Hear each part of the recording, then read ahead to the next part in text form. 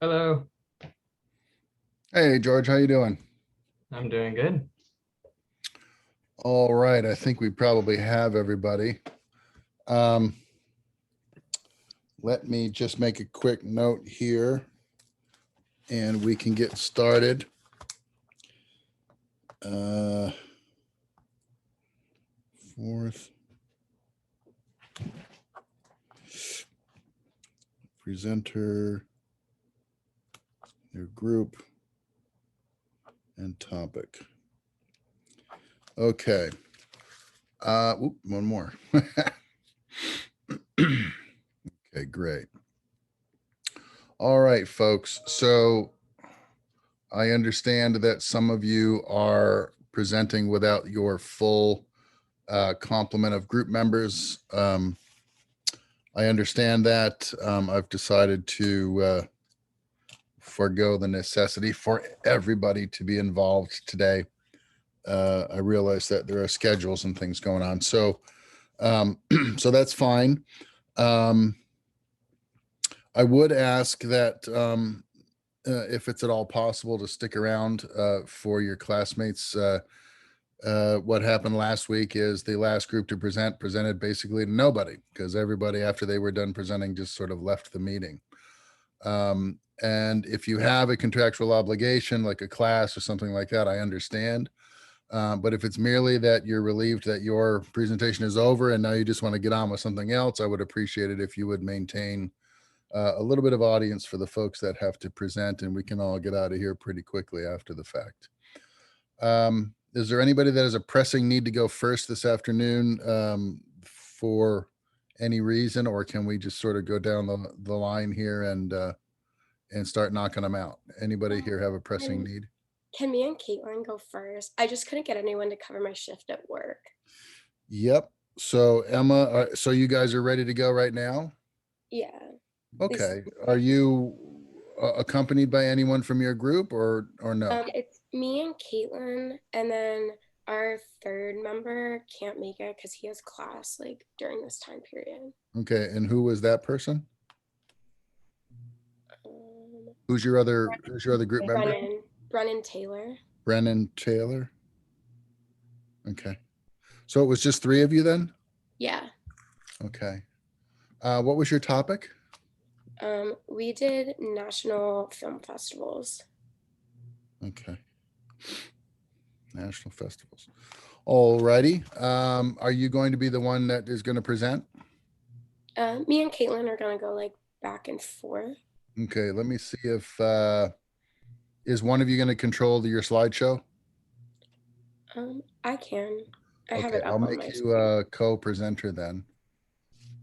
And all you'll have to do is the easiest thing to do is just share your screen and run your slideshow on your computer, and we'll see what's on your screen, and you can control the flow of the slides and stop and start whatever you want to do. Okay.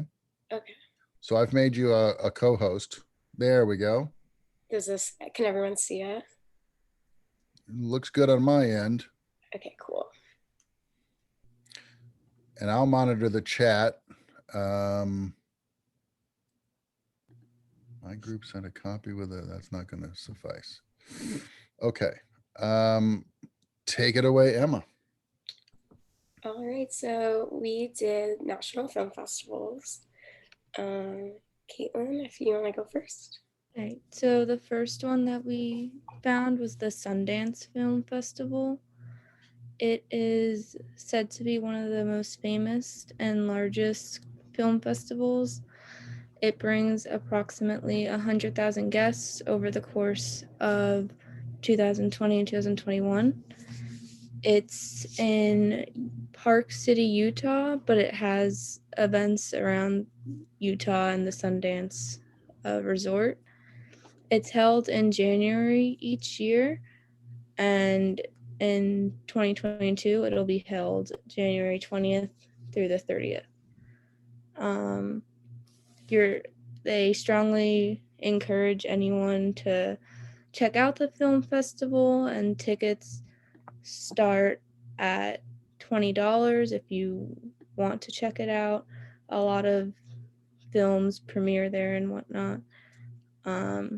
and it's a really big film festival to gather filmmakers from like all over, and their content shows their short films, feature films, a bunch of stuff like that. So we also did the South by Southwest Festival, and it's a festival that combines film, music, and technology all into one. So it allows for a bunch of networking, but it's not just film. It takes place in Austin, Texas in March every year, and the next one is going to be March 11th through the 18th in 2022. The tickets are pretty pricey. They can range from like 1,000 to like 1,300, 1,400, but they do offer student discount prices that range from like 430, like 425 to 825. If you fill out a form, you can get approved for, which I think is pretty cool. Um, and I did this one just because I think, like, at least for me, I don't really know what I want to do when I graduate. So this would be a really cool way to get like full networking in different types of entertainment industries. That's not just film, which is also music, technology. And it's really cool. They put on like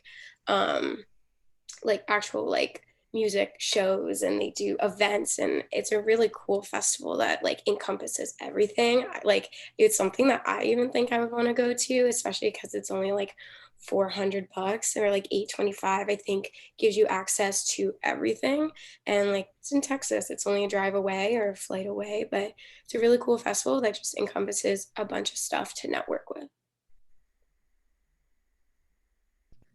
Another one that we found was the Boston Film Festival. I'm like obsessed with the film industry in Boston, so this one I was like very interested to read about. It's a smaller scale film festival, but they do have a lot of screenings. Actually, Green Book and Jojo Rabbit made their premiere at the 2018 and 2019 Boston Film Festivals, respectively. They have Q&As with the director, since it is on a much smaller scale than some of the bigger ones. And so after each screening, you can ask questions like to the director and the talent.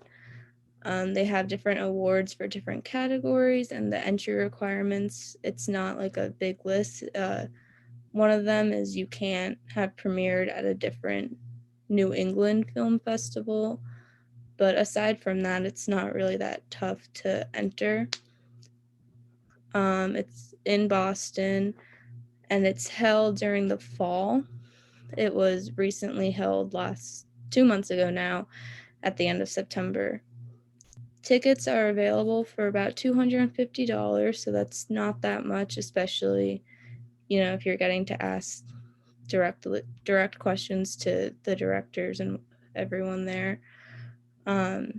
If you entered, you're not responsible to purchase your own ticket, but if you don't live there, you do have to travel and find somewhere to stay on your own. So why is this so important?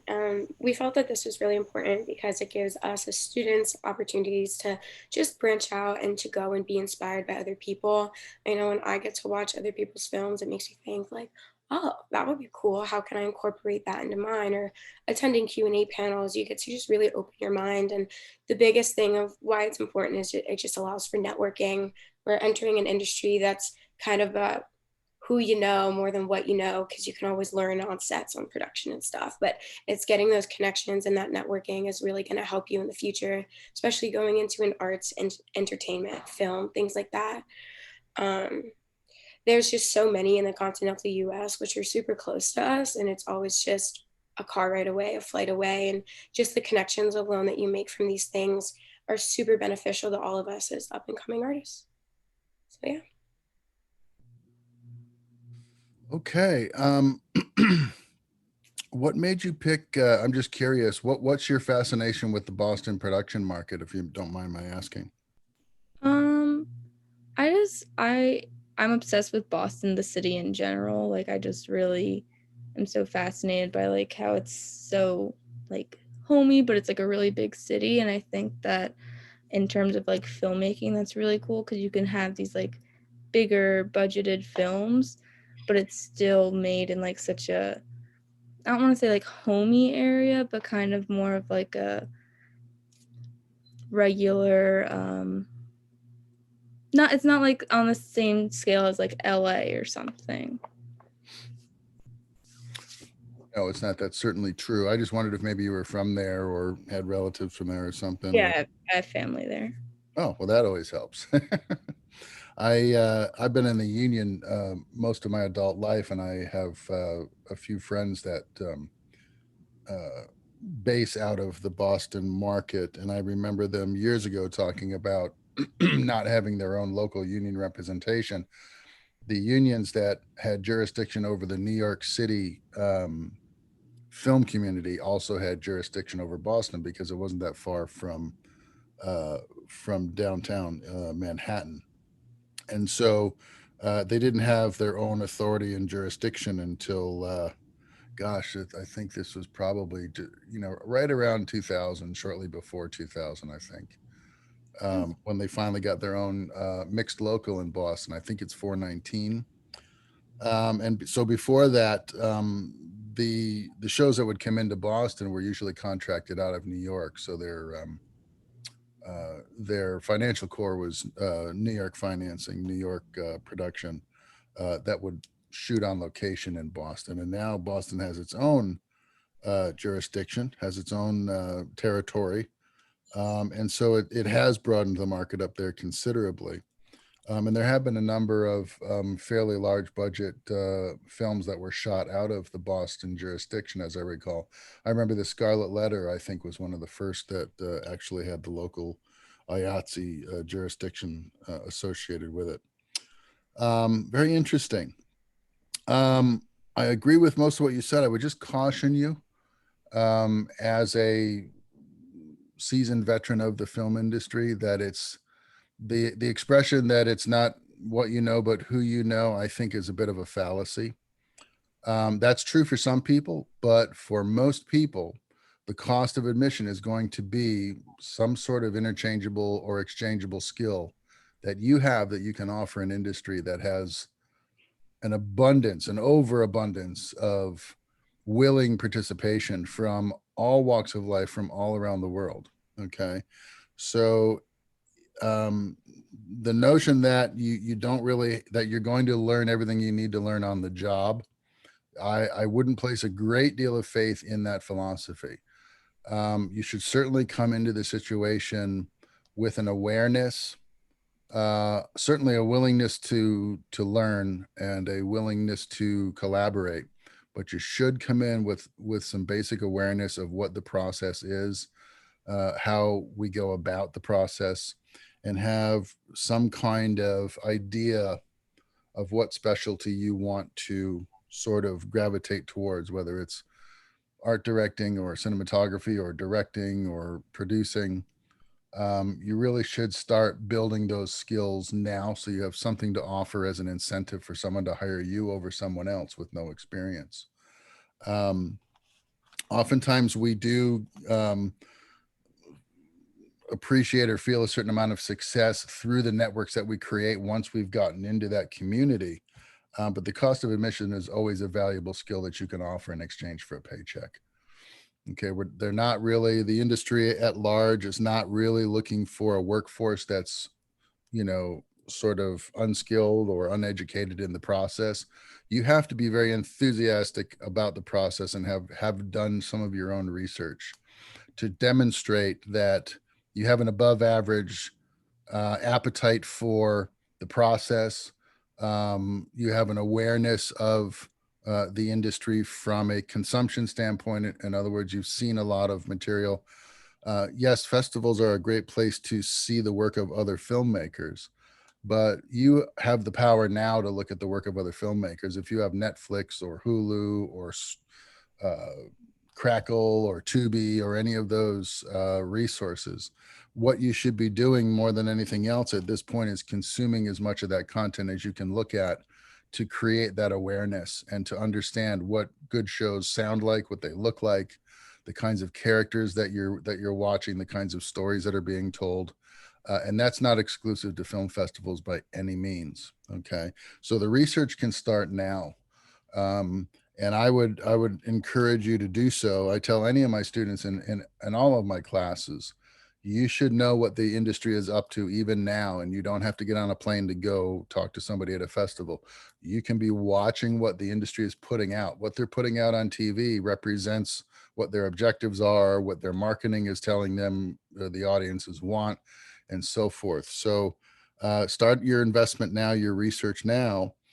You can certainly move around once you get on the inside. There's no bar preventing you from doing that. And there's a lot of folks who start filmmaking as a production assistant, and then they watch the departments as the departments work on set on a daily basis, and then they start making choices from there. But the reality is there's not a lot of those individuals who are required in a film production. What they need are individuals who are skilled, that can fill a lot of the positions that they require in order to get their film made. So I would think about what your goals are now, at least have a good general idea of where you want to go and how you want to move forward, and then start your research now. Don't wait. It's very important. The industry is more competitive now than it's ever been before. And so it behooves you guys, and I'm speaking in general to everybody at this point, it behooves you guys to start making choices and start doing your research now. And you're never going to stop learning. So don't think that once you get out of college, you're going to move into positions of decision making, creativity, or power, because that's probably not going to be the case. You'll serve power and creativity for a number of years until your awareness of the industry is fuller, and your reputation starts to become notable, and there's a trust that's built between you and the prevailing industry, the workers that are moving and shaping the industry right now. So that's my advice to you at this point moving forward. I appreciate your presentation. Does anybody from the group have any questions or comments on what Emma and Caitlin have offered us this afternoon?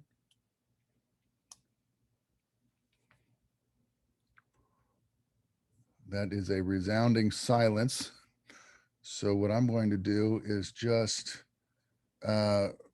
unpin your co-host status and ask then for the next group. Looks like I've already done it, so that's good. Let's see if it's Caitlin here. Good.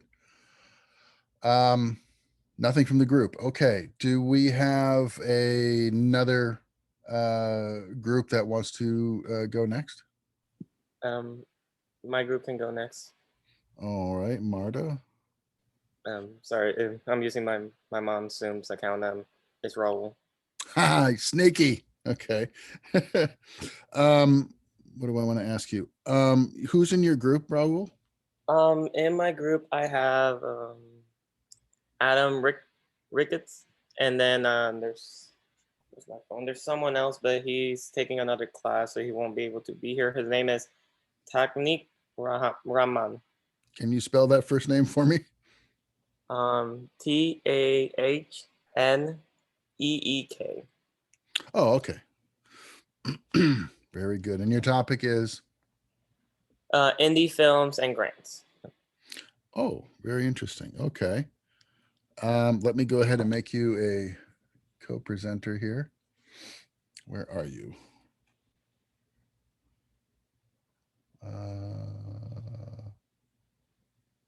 You below the fold.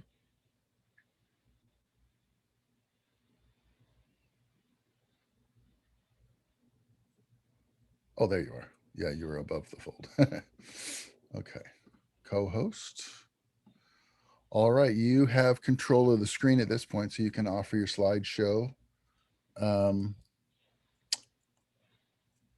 Just play it on your computer and we should see it on our home screens. All right. Okay. The first kind of like. First you have to share your screen. You have to select share screen. Share screen? Mm-hmm. Okay. There's a little green nav button on the bottom of the window. Okay, I got it, I think. And select the upper highlighted. There you go. Okay.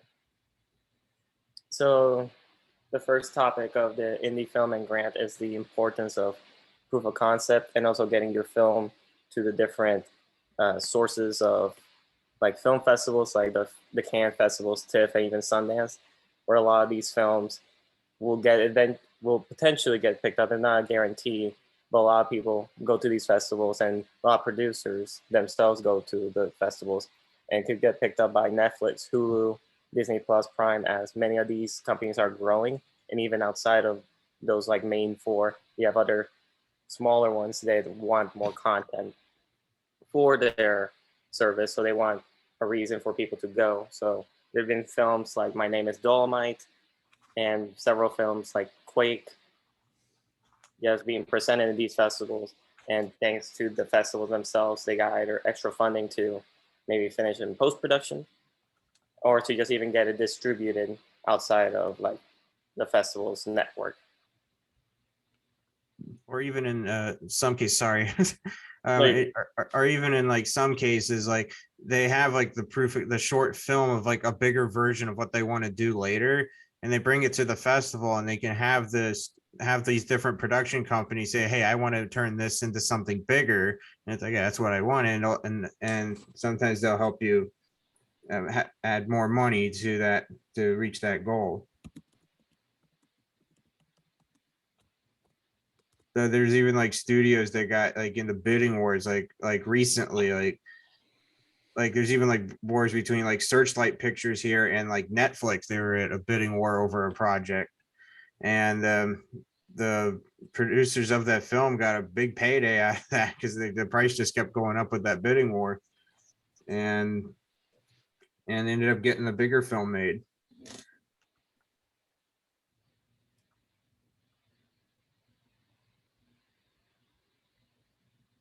And then in the next topic from there, we have the film independent grants and awards. Then there's different like categories. This is just some of the big ones that that some of us were able to find, like the Alfred P. Sloan Foundation. That the grant is that you're making a film that portrays science and technology in a more accurate way, and not in a sci-fi way where the technology doesn't really go with what we actually have or could have. It's This is more of a straightforward, like showing the science as it's supposed to be shown. And then you have another one like the independent camera grant that actually gives a chance for filmmakers to film a film with an RE camera compared to, let's say, a Sony camera or smaller like Blackmagic, actually giving you the experience of working with a more professional camera and see what you can make with a camera like this. And this is just some of the grants that we were able to find. There's many more smaller ones that you could even get into smaller festivals, whether it's local festivals, that gives you a grant to then potentially submit to these festivals if you get selected. And then from here we have online crowdfunding from Kickstarter, Seed and Spark, and even Facebook, where many like independent films kind of got their start. There's a well-known known film called Kung Fury, where it was co-funded in Kickstarter, and the goal was to make a short film. They made their goal, and they were hoping to make a feature length. Unfortunately, they didn't make that goal, but they were able to make the short film they wanted, and it got so popular, and the word of mouth spread so well that they actually are making a sequel in a way that has several well-known actors like Arnold Schwarzenegger being the president of the United States in this new version of the movie. And sometimes, even with Kickstarter, it's not that the movie needs money to be made. The movie was already done, but sometimes they use the crowdfunding, like in Babadook, to help finish the film, whether it's special effects or just getting an art department to just get that film to the finish line. Because in general, sometimes some films where you have the money or don't have the money, you need that extra step to be able to create the vision that you want. You show people kind of the vision you have, and hopefully in the end that people can give you the money so you can get your goal out there. And this is important for different ways, because I know a lot of us are trying to get into the industry, whether it's with going directly to streaming or trying to go into like bigger productions like in Atlanta or even New York or California. And these are ways that it helps us to get our projects out there. Even if we do a couple projects that is low level in some ways, it helps us grow as filmmakers and in the industry and get our work out there. Sometimes festivals you can be spending a lot of time in festivals, but that's how you great networking. You meet different people, and you sometimes even work on different projects, and those projects could then later get picked up, and you don't know where in the end it could get you, from Kickstarter to even grants. And just sometimes I've had people who made a film, they even got distributed to Amazon Prime, and they're working their way up from there.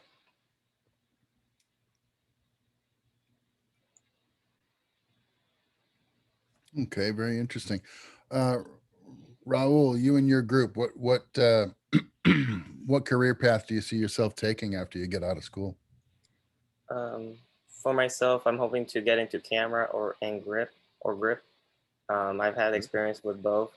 I know that that's the best way to kind of move up along the lines, starting kind of like below the line and then see where it takes you from there. For me, I just Absolutely. really, oh, sorry. No, go ahead. For me, I really like to work anywhere. I like to be like a director or a top like or camera guy or something like that. But I'd rather start somewhere than work my way up, or just find somewhere to start out at and then work my way up. Yeah, I think that's the way to go, quite frankly. One of the things that is becoming obvious to me is that a lot of the students coming out of college feel like the film festival route is the only option for you. And nothing could be further from the truth. Okay. Um, there's a lot of pressure that you put on yourself making a film that is worthy of festival critique, and not to mention, winning a film festival. Um, on the other hand, the industry is extremely broad. Okay. And one of the things that the digital paradigm revolution has offered is an emergence of what we used to consider secondary and tertiary film markets are becoming principal production centers, because there's enough need for content right now that you can find decent jobs in places like Atlanta, in Austin, Texas, in New Orleans, outside of the sacred cities of New York and Los Angeles, Miami, um, and so this kind of goes part and parcel with my last commentary, which is, if you have some idea what you want to do, and saying right off the bat you'd like to be in, lighting and camera somehow, or directing in camera somehow, and that you're willing to start at the bottom and work your way up, is exactly, I think, the mindset that you have to have. It's the path that I took. Okay. I dropped out of college, wasn't learning what I needed to learn, and I went straight to work. I started in the grip department. Actually, I started in the camera department as a loader. Quickly moved to the grip department because I felt like those guys were having more fun than the camera assistants, who were more militant and never knew how to smile. So I worked my way through the grip department into the electric department, and ended up as a cameraman anyway, as a director of photography for my own company in Los Angeles. Working your way up will certainly give you a broad concept of the industry, the scope of the industry. It will educate you in a lot of aspects of what the process is, how we go about making films. And I ultimately shot and directed 2 documentaries of my own, financed them myself, entered the film festivals, and I did win Napa Sonoma in 2009. Okay. And that was kind of lucky, you know. But had I waited around for, film festivals to sort of light the path for me into the film industry, I dare say that I would have been befuddled, possibly not found my way into the industry at all, and would have missed out on a lot of incredible mentors that I had over time, a lot of experiences that I had that I was afforded through the work that I was doing. And the notion that you're not a filmmaker unless you're making your own document, whether it's a documentary, a feature film, a television show, or a web podcast, or whatever it is, doesn't mean you're not a filmmaker. You're every bit a filmmaker if you're participating in the process, even if the idea belongs to someone else. Okay. And more often than not, the idea will belong to somebody else, because it takes literally a village to make a feature film. Okay. One person with an idea doesn't run out with a camera and a couple of their buddies and make a feature film. Okay. This is the effort of hundreds of people that are involved. camera people, lighting people, grip people, special effects, set decorating, hair and makeup, prop people. Okay, there's a whole spectrum of individuals that are working on, collaborating on something like this. And each one of those positions needs to be filled with someone, right? So the idea that you have to have a day job so that you can spend your off hours dreaming about directing someday if the luck runs your way, to me, is not a practical concept. I would rather have a day job working as a grip for a production company or through the IATSE, for instance, and I get hired on a lot of different movies, so that after 10 years of working on other people's movies, for instance, I got a really good idea of what my movie might look like if I decide to make one. Okay, so I hope that you guys are willing to open your mind to the possibility that you don't have to win a film festival in order to be accepted by the industry. What you need are a few good skills you pick up in film school, a willing and able attitude, be in good health, and place yourself in an environment, in an ecosystem where you have the highest probability of success. So find a production market that is burgeoning right now with activity. Atlanta is very close to Orlando. And that industry up there is not desperate for, but actively seeking new people to fill up crew rosters on different programs, television shows and feature films. Okay, so right away, you're not going to direct that thing, but they'll hire you as a grip or an electrician or a production assistant in the office or a driver. Well, maybe not a driver. The Teamsters are pretty strong. But there are a lot of opportunities that will avail themselves to you if you're open to trying things and experimenting with what your career path might take. And you never know what you're going to become drawn to once you get on the inside. There's a whole world of possibility for those that are on the inside. And until you're on the inside, from the outside looking in, the view can be fairly obscure. So keep an open mind. The industry is, I just had a conversation with a producer, a friend of mine in Los Angeles before I got on the meeting with you guys. And he was talking, he does confirm Adam's comment that, the industry is very actively looking for content and buying IP right now, intellectual property. That is true because there's so much now happening in the streaming sector of the business. Internet cable and live streaming services, broadcast still consumes a ton of content. So it is almost a seller's market right now. Okay. But that means if you're going to try to sell IP right now, you've got to come in with really polished ideas. And you have to be capable of presenting with confidence, presenting with awareness, right? So if you're going to go and pitch to Paramount, for instance, you probably ought to know what Paramount is currently producing, what kinds of programming they're looking for, who the individuals are that are in charge of production and acquisition, so that you're speaking to names and directly to people instead of broadly to anybody who will listen at Paramount.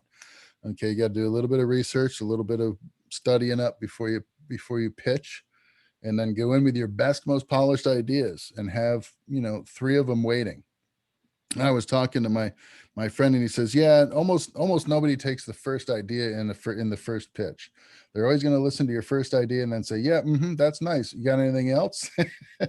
And so you should walk into a meeting like that with a handful of ideas and don't appear to be stymied by focusing only on your what you consider your best idea.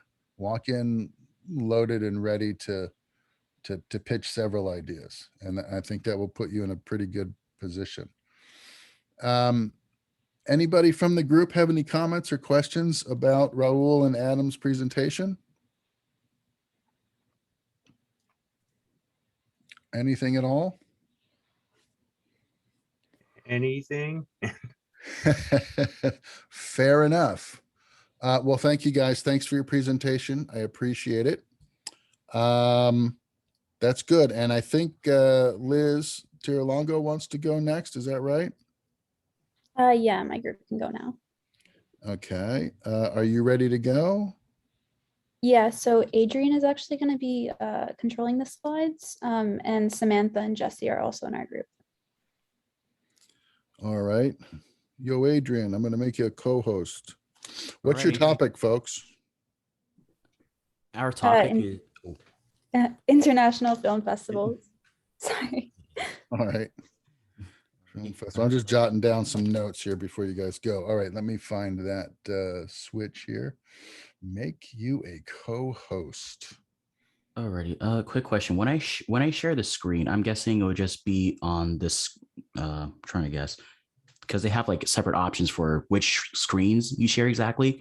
Would I just be sharing the screen that that's currently just showing my browser, or You just can do that, or you can share the app that is demonstrating your slide presentation. So you take your pick. The one in the top left corner that'll be highlighted is usually your desktop.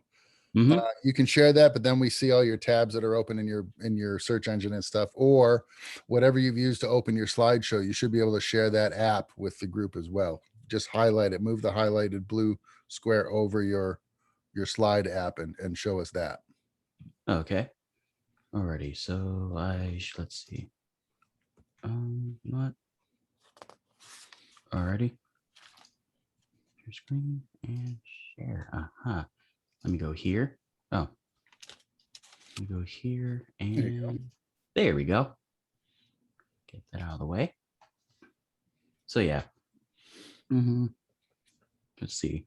Anyways, so our presentation is going to be based on the international film festivals, with the first one, funnily enough, being the Toronto International Film Festival.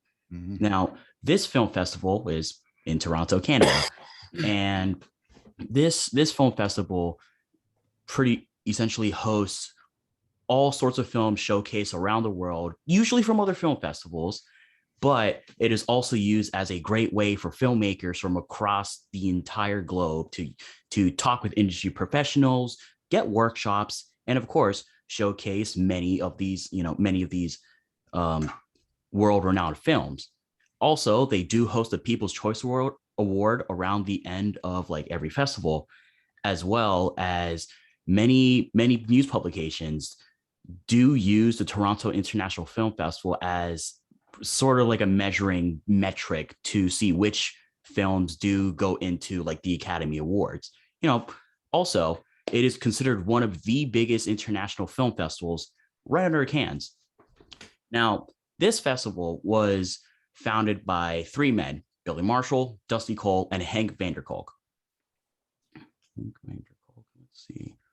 Let's see. Originally, this was called the Toronto Festival of. Wait, what the? Oopsie daisy. Let me get out of there real quick. I forgot. My apologies. That's okay. No, sorry, just technical hiccups. I forgot it was the clicking. But anyways, so yeah, Billy Marshall, Dusty Cole, Henk Vanderkolk, under the original title Toronto Festival of Festivals, from October 18th through October 24th, 1976. And it started as International Film Festival Showcase, and essentially just evolved from there over the years and got into the size it did now. Oh wait, whoops. Alrighty. Here we go. And up next is the Venice Film Festival, which is actually the world's oldest film festival, originally debuting in 1932. And it's one part of a much larger festival called the Venice Biennale. It's just a showcase of the arts, fine arts, dance, music, film, obviously. But the Venice Film Festival does focus on, experimental restoration of old films. When I was reading up on it, it quite literally said the latest trends in filmmaking. So it's very broad, and it also they want to showcase, Italian cinema again, to kind of bring it back. It typically will debut or happen in August or September, like late August or early September. And then this year it was actually running from September 1st through the 11th. And I don't believe there are dates for the next years yet. It is actually, the film festival is in Venice, Italy, but it is on a small island called Lido. Like I said before, it was founded in 32 by Count Giuseppe Volpi di Misurata and Luciano De Feo, and it was originally titled Exhibition of the Cinematographic Arts. That's the English name. Obviously, it has an Italian name as well. All of it has Italian names. And in 32, when the festival premiered, it was actually only the second year of the Biennale running, and it's kind of been going strong ever since.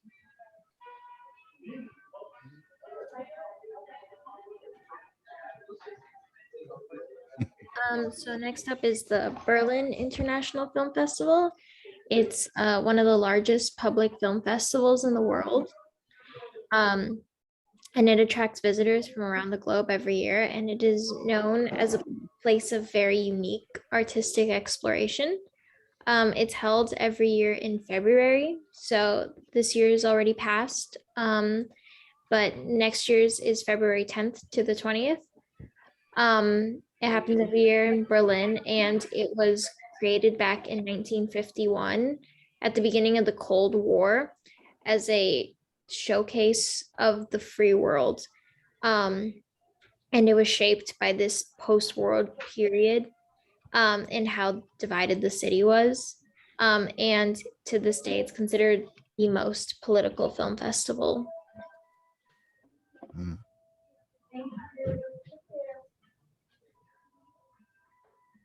All right, so lastly, but definitely not least, we have the Cannes Film Festival. So when we were deciding about what film festivals to pick, we picked like the four like most obvious options, I guess. And I think Cannes is arguably the most prestigious. So it's the largest film market in the world. So you pitch, you buy films, you screen films, and you sell them. And there's actually lots of marketing opportunities here. And of course, when I was researching, it was kind of hard to see if students and pretty much anybody could get in, and it's invitation only. And it seems like it is the toughest one to actually attend. But there are lots of vendors, and there's this like little market set up that has filmmakers from across the globe representing different countries. And that seems like the biggest marketing opportunity. So if you are able to go, I think it's best to attend this little like market area to talk with other filmmakers. And of course, there are like several prizes like Best Director, Actress, you know, the standard ones, but then there's the Palme d'Or, the Golden Palm, which is given to like the highest level of filmmaking and expertise that we're all very familiar with. Two women have won it. Only two women have won it so far. And Americans, British and Italian filmmakers are most likely to get it. So it's usually in May, mid-May, and it's of course in the French Riviera in Cannes. And it was actually started by, it had traction with the French, of course, American and British filmmakers to combat the Venice Film Festival, which Jesse spoke about prior. And they thought the ideals and kind of motives for the Venice Film Festival were very fascist. So this is their way of competing with that and trying to deviate from that.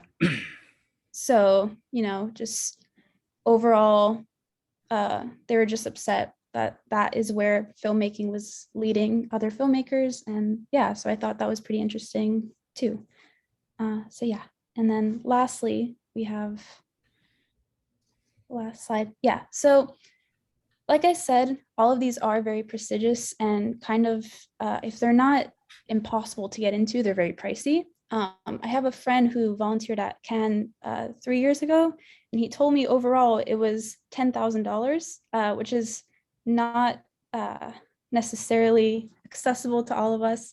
But if you are able to go, or you keep up with these festivals, I think it's important to recognize names within the festival circuit, and trying to get in contact with these people, despite it may seem like it's unattainable or like just way too high up for our current skill set and current level, but trying to get in contact with these people, no matter, like, you can get a no, you can get a yes, but just making that decision to try and actively do something, I think is really important. And yeah, so I think if there's anything to take away from these big name film festivals, it's that, is to try and get in contact with as many people as possible who are participating in these film festivals, at all different levels, and realizing that there is opportunity and chance to apply if you truly are willing to make the sacrifice and you have the drive to do so. So yeah, that's pretty much it for our presentation. All right, terrific.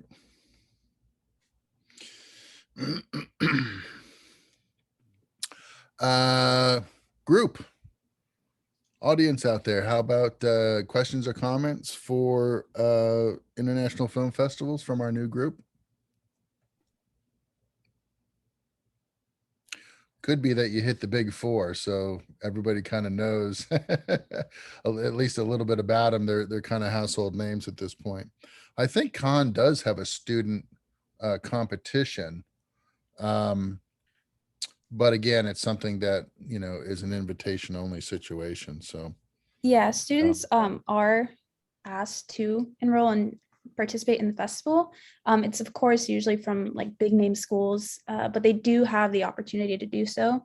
It is very difficult to get it screened, of course, but you know, there are groups of people out there who really do want to reach these names and participate in these things. So there is an option, which I think is great to know.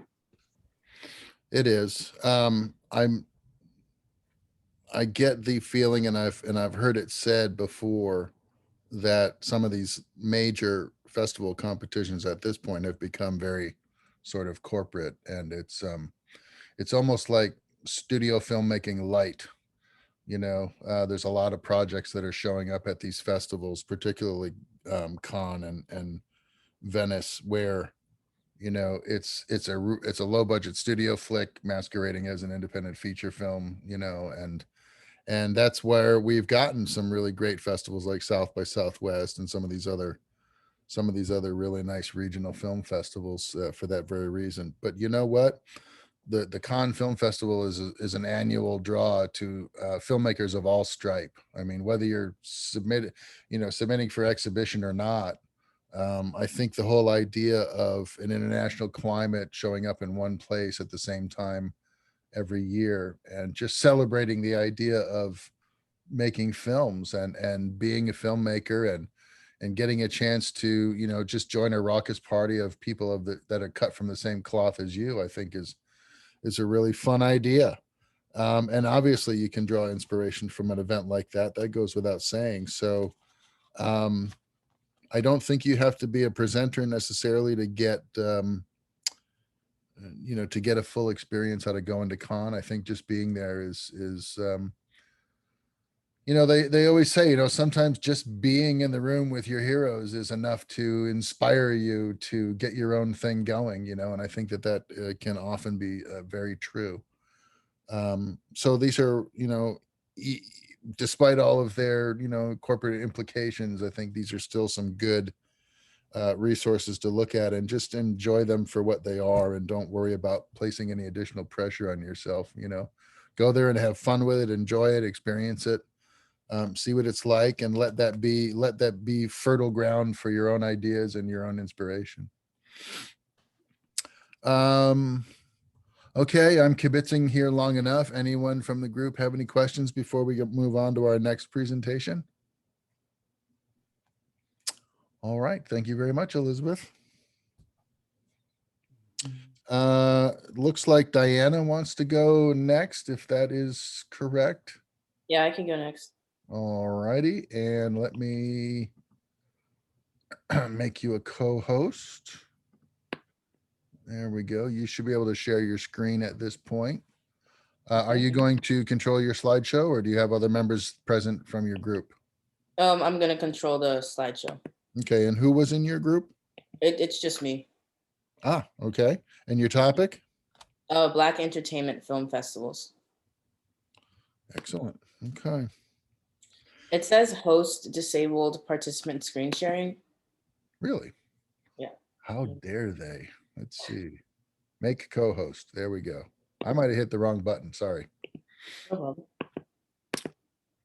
Okay, yeah, I see it now. There you go. All right. Take it away, Diana. Okay.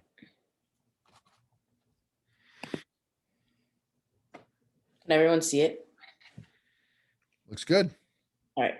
So the topic that I chose was Black entertainment film festivals. I focused on all the film festivals being inside the United States. The first one is the American Black Film Festival. This is the most historic, well-known film festival for Black entertainment. It's 25 years old, and Denzel Washington is actually one of the biggest backers for this film festival.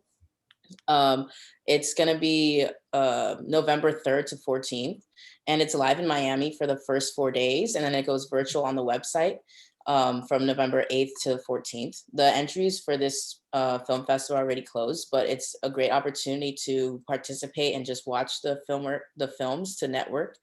They have 6 different competitions. They have a screenwriting, narrative, experimental, documentary, comedy, and they have also like a theatrical screenplay competition.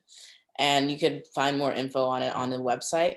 But one thing that I do highly encourage for this film festival is to watch it virtually on the website. It's like completely free. And it's a great way to like expose yourself to young, Black talent that's coming through. And also, if you're also a minority or someone who doesn't think they have an outlet, this is an opportunity for you to also expose yourself to, underrepresented voices in like the current in the country right now. The next one is the National Black Film Festival.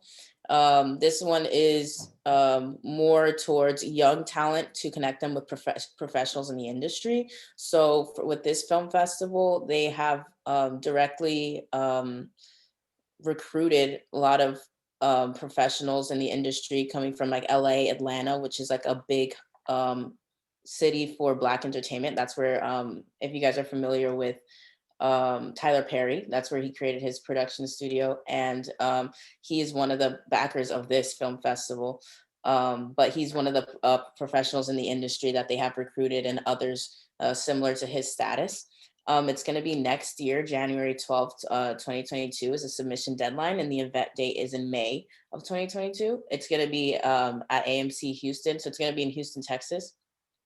And they have a section for student films if anybody's interested in applying for that, entering that competition. My next one is the LA Black Film Festival, and this is a new film festival that was created. It's obviously going to be in Los Angeles, and it celebrates and showcases independent filmmakers. As you can see on the slides, they're looking for Black directors, writers, majority Black crew, so at least 50%, or Black centered stories of any genre. They have at least 20 different genres that you could choose from. And there's way more information on the website for this, but if you apply early, you end up getting a discount. So they have several discounts for the entry. I think right now, if you apply if you try to enter the competition, it's around $20 to $30. And as time goes on, they get more expensive. So if you end up submitting after into the next year, the price goes up to like $100. So I encourage, if you're interested in entering this one, that you apply as early as you possibly can. And then the importance and the next steps. And so, as mentioned before, this is for film students to understand the importance and know that there's outlets to showcase your work, even if you're a minority. So if you're Black or a person of color, female, whatever, that you know that you have an outlet, and there are specific film festivals targeted for you to connect you to the film industry. Because I know that in a lot of cases, it could our voices, the Black voices, are underrepresented in the industry, but there has been a lot of work recently in the last year to now highlight and focus on diversity.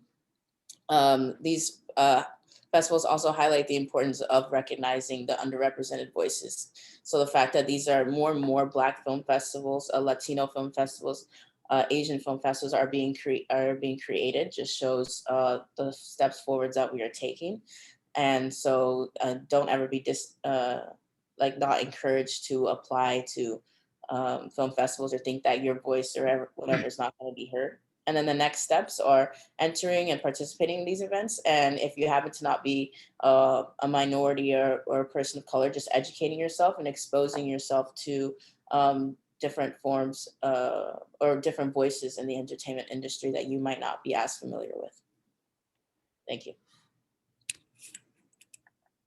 Awesome. Good presentation, Diana. It's funny that that you mentioned Denzel. I worked with him in 2000 on the Antoine Fisher story. And I remember even back then, he was very concerned with properly representing his ethnicity in the industry. It was his directorial debut, and he also appeared in the film. And I just remember that about him. He was a very impressive individual, very well organized as a director, good visionary, knew what he wanted, was very specific, and very concerned with creating a positive image.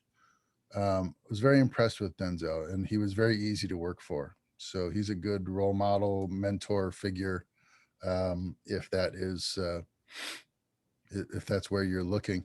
The festival that he's involved with, is that always in Miami? No, it changes location. It was actually supposed to be in Austin this year, but they moved it to Miami, and they were going to make the whole thing virtual because of COVID, but they decided to make it half and half.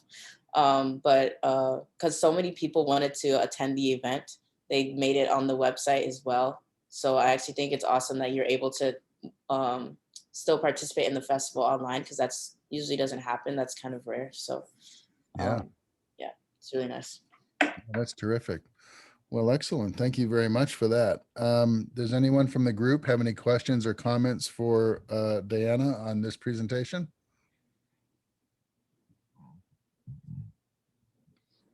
I can't see my group anymore. Let me see what I got here.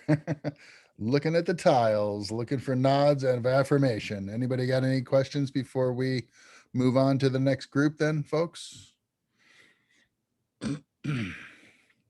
Very well. Thank you, ma'am. I appreciate your time. Thank you. Let's move on to Becca. Do you have documents ready for us? Yeah. So Carlos was supposed to present it and stuff, but he was unable to come. So he recorded it and everything. So is that still okay if is that what you meant? Okay. Yeah, he recorded it just in case he couldn't make it. So okay, and you're here for Q&A if there is any? Exactly, yeah. Are you alone, or who's the other member of your group? I don't think anyone else is here from my group, but it's me, Carlos, Charlene, Rachel, and that's it. Okay. And your topic is? National film festivals.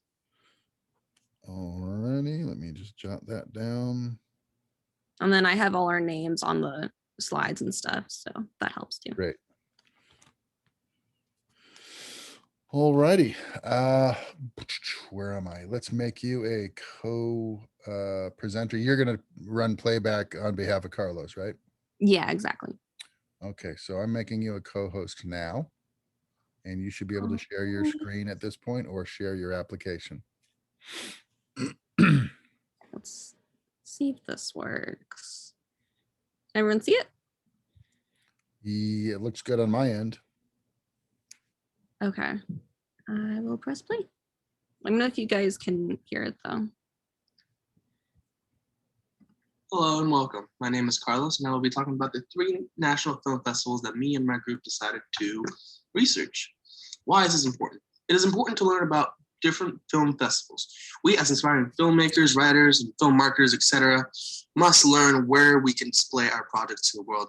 It is important to find a festival where your voice and ideas are heard and where your project fits best.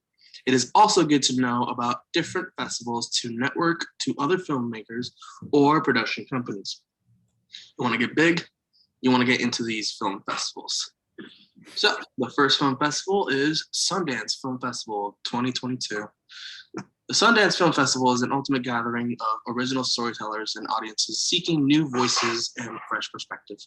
The 2022 festival will take place in person in Park City, Salt Lake City, and online on January 20th through the 30th. If you want to submit your work, you can find the application on here, Film Freeway. Some of the categories to submit are U.S. U.S. narrative feature films, U.S. documentary feature film, international narrative feature film, international documentary, U.S. short films, international short film, episodic content, and new frontier projects. So if these are all the categories in the Sundance Film Festival. If something like this interests you or has a project, or you have a project that fits in these categories, please just submit. Deadlines and entry fees. The early deadline is August 13th. Latest deadline would be September 27th. For features, as far as shorts, episodic, and new frontier projects, the earliest would be August 6th for $40, and then the latest would be August 13th for $80. So if you really want to get into a film festival and don't have that much money, I would suggest going into the early deadlines or the official deadlines, because those are going to be the cheapest. Another film festival is Austin Film Festival. This festival is great for screenwriters with options for screenwriting competitions as well as film competitions. This festival is all about narration and how the production came together as a whole. There are writer conferences and more for students and filmmakers to network. On top of cash prizes, there are other prizes for different competitions that are shadowing connections and more. Austin Film Festival has been inspiring and looking for great writers and filmmakers since 1994. This film festival takes place in Austin, Texas, during October each year with in-person and virtual attendance options. Currently being held from October 21st through the 28th of 2021. So that already passed. If you didn't know about that. A filmmaker can apply directly on the Austin Film Festival here in this website. And I will link the website into the in the chat for you guys so you can check. Third and last film festival is Jackson Film Festival. The main goal of the Jackson Film Festival is to connect filmmakers with their audiences and create a sense of community. It also aims to reflect on Jacksonville's past in filmmaking and encouraging new filmmakers to use the city as a canvas. It was founded in 2002. The 2022 festival takes place on February 4th through the 6th. Some deadlines are May 31st for the early bird. Regular deadline is July 31st, and then the late deadline is August 31st. The notification deadline is October 1st. Some categories are feature narrative, feature documentary, short narrative, short documentary, early McBurr, however you pronounce that, faith films, animated shorts, student shorts, and best of Jacksonville shorts. Out of all of these, they seem to favor short narrative category since it is their largest category, both in the 2022 selection and the past 2021 selection. Okay, now.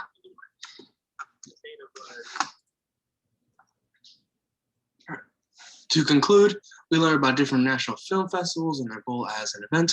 We learned about their deadlines, entry application fees, and how to present our projects. Also, having your project in a film festival is an achievable step after graduation.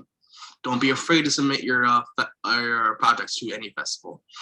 Just go ahead and submit. The worst they can say is no. And, take your money. All right, so that's it. And yeah. That's very true. If you never ask, the answer is always no. And Let me put it out to the group. What do you guys think? Any questions, comments about this presentation?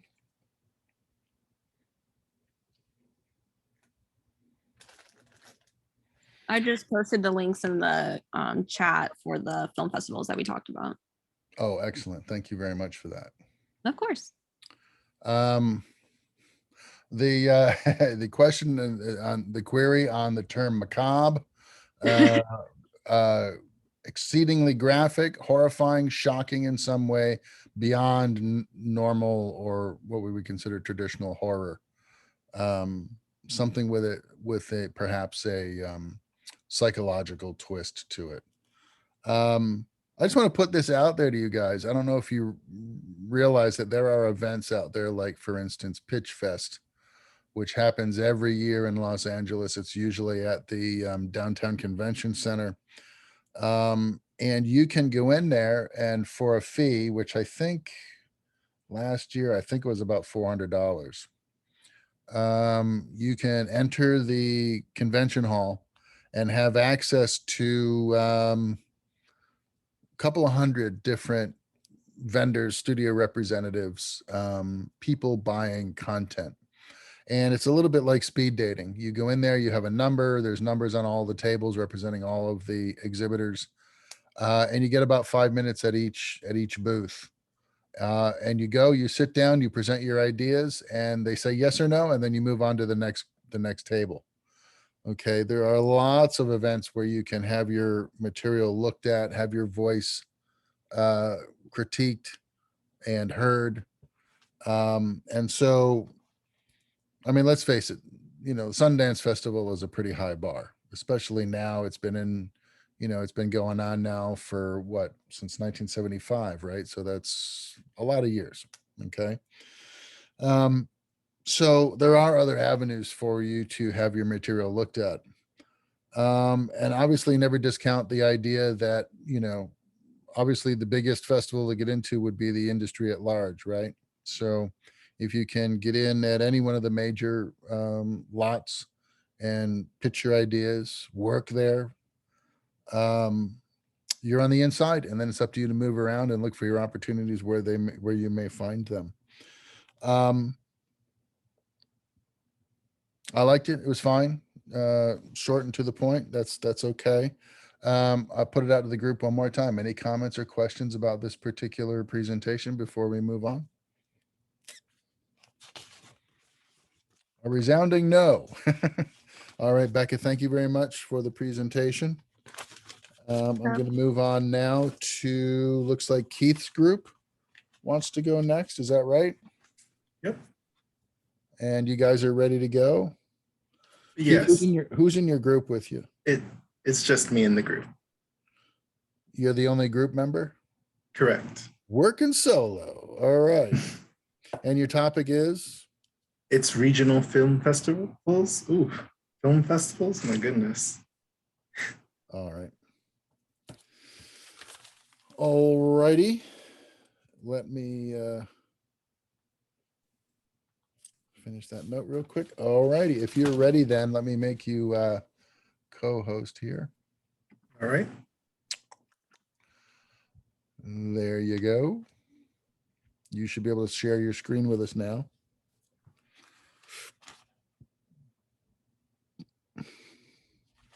You guys see it all right? Looks good to me. All right. So we have regional film festivals. We have mainly from 3 main cities, Orlando, Miami, and Tampa. So, but before we get into that, what happened here? Oh, there we go. I wanted to get this out first. So it's important because like a lot of students don't know, like there's stuff going on right now and they can begin their networking process like immediately. Like it's all, you don't have to go to New York, you don't have to go to Atlanta. There's stuff going on in Florida right now. And what we learned, or what I learned from my research, is like almost at least every like 3 or so months, there's always a festival of networking opportunities, there's workshops, there's local professionals you can meet and even network with. and it's a good way to get your foot in the door locally. So first, it's the Miami Film Festival. It's a weird one because it has a GEM virtual festival, and that's going on right now. Like you could go on their website and there's a whole virtual screening process. I'm not sure there's not many events going on like in Q&A sessions, but in the physical one in 2022, that's when there'll be more things available for you to be in physically. It's fairly not expensive to attend. I mean, it's $2 to $13 per in person for tickets. And I believe the $2 is the student version or the student discount. The virtual screenings, however, I'm not quite sure if that's $13 for all access or $13 per screening. But that's going on right now. It's also being held at the theater in, it's not on the Strip. I forgot where it was, but it's the MDC Tower Theater. There are discounts through memberships. However, I could not find any pricing info on that, but there's like 5 tiers, but they do give you benefits and like access to special events if you're paying like the most of money. So now in Tampa, we have the Gasparilla International Film Festival. It's not regional, but there are some local screenings available, of course, in Tampa Bay. It's at the Tampa Theater. And they do take submissions. They're currently taking submissions now for early submissions. It's in December. Regular deadline is in January or mid-January, and then late is at the end of January. They do take volunteers and they do provide panels and workshops for networking opportunities. It used to be held in June. Of course, that means it's way gone past. And I believe for the summer, it would be an early or late spring deadline for entries. But since it's happening in the spring, it's going to be a winter deadlines basically. And the last one, Florida Film Festival, it's taking place in the spring as well. It's going to be at Enzian. There's multiple ways to purchase your tickets. They have a wide range of pricing from $12 per screening, or you could go up to like a $1,500 package for like a somewhat of an all access to the entire event.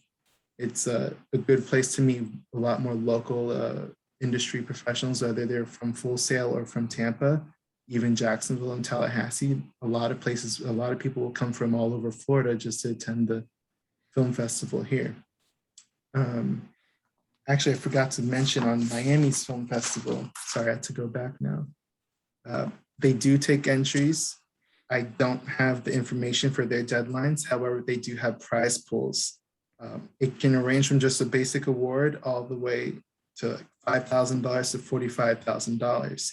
And they also have a membership program as well, but that pricing wasn't available. They do hold master classes and workshops and panel events from clients that come from like Europe and Latin America. So there are people buying and selling pitches. They're currently taking submissions as well. And yeah, that's basically all I have. Keith, what would you say the prevailing value of following up on these local festivals is going to be? Oh, like astronomical. I mean, you could probably get a lot of benefits from just attending Florida Film Festival alone. And at Enzian, you'll be seeing probably other UCF students, Full Sail and Valencia students there. So it's pretty beneficial. Like if you're not able to go to Atlanta, if you're in state, that's probably the best option for a lot of people. Are you locally born and raised, or are you here just for? Yes. No, I was from Oviedo. I'm in Castleberry now, so I'm like 15 minutes away from Enzian. So it's pretty good. All right.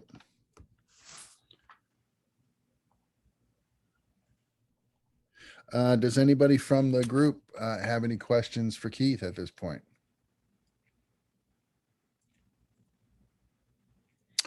No questions from the group, probably because Florida Film Festival is a fairly local event and lots of folks are aware of it by now.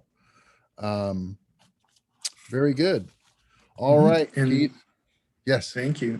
And the links are also, I just posted them in the chat as well if you want to take a further look at any of their websites. Great. Thank you very much for that. Appreciate it. You're welcome. All right, very good. Who have we got? We got Ridge. Yeah, is Ridge still here? Yes, I see him. Yep. So Ridge, are you going to present your slides for your group?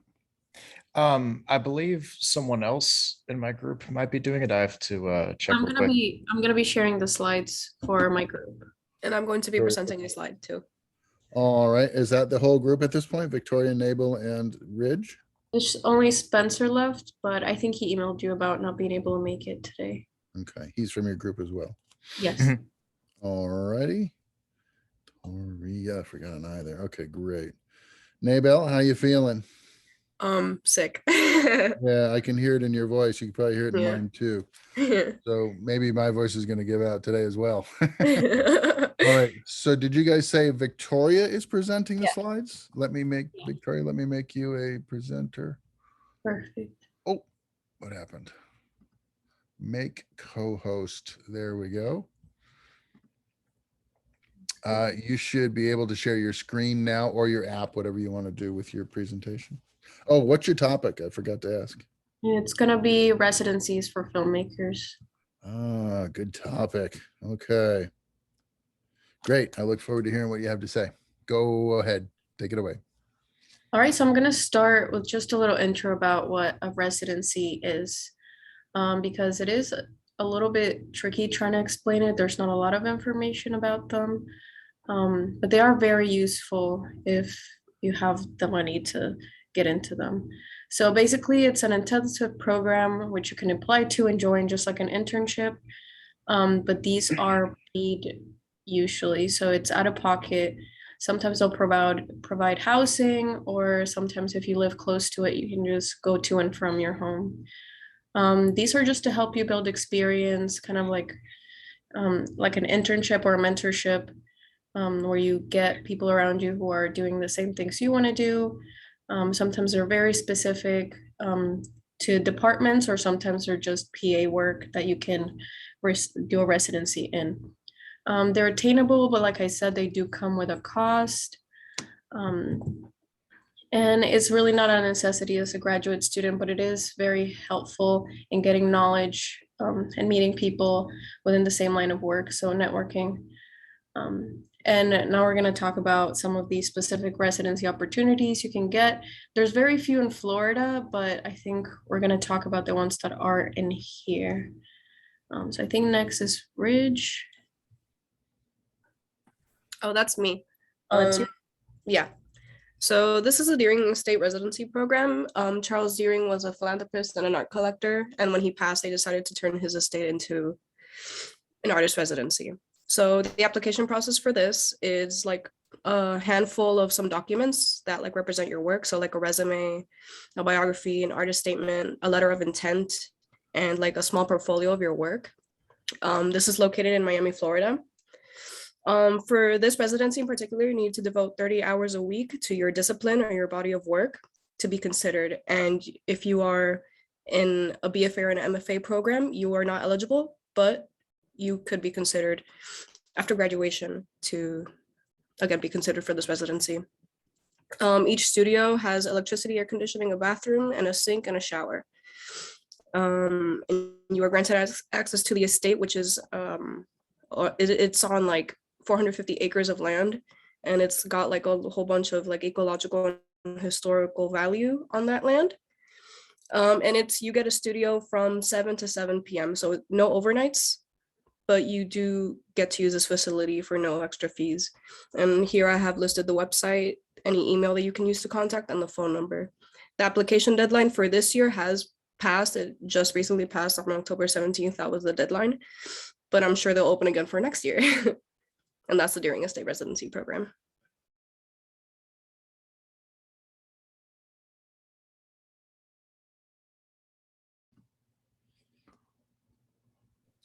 Okay, so this one right here is the Amont Artist Residency Program. This is one that's based in Brooklyn. I believe the one other Florida Artist Residency might have been covered.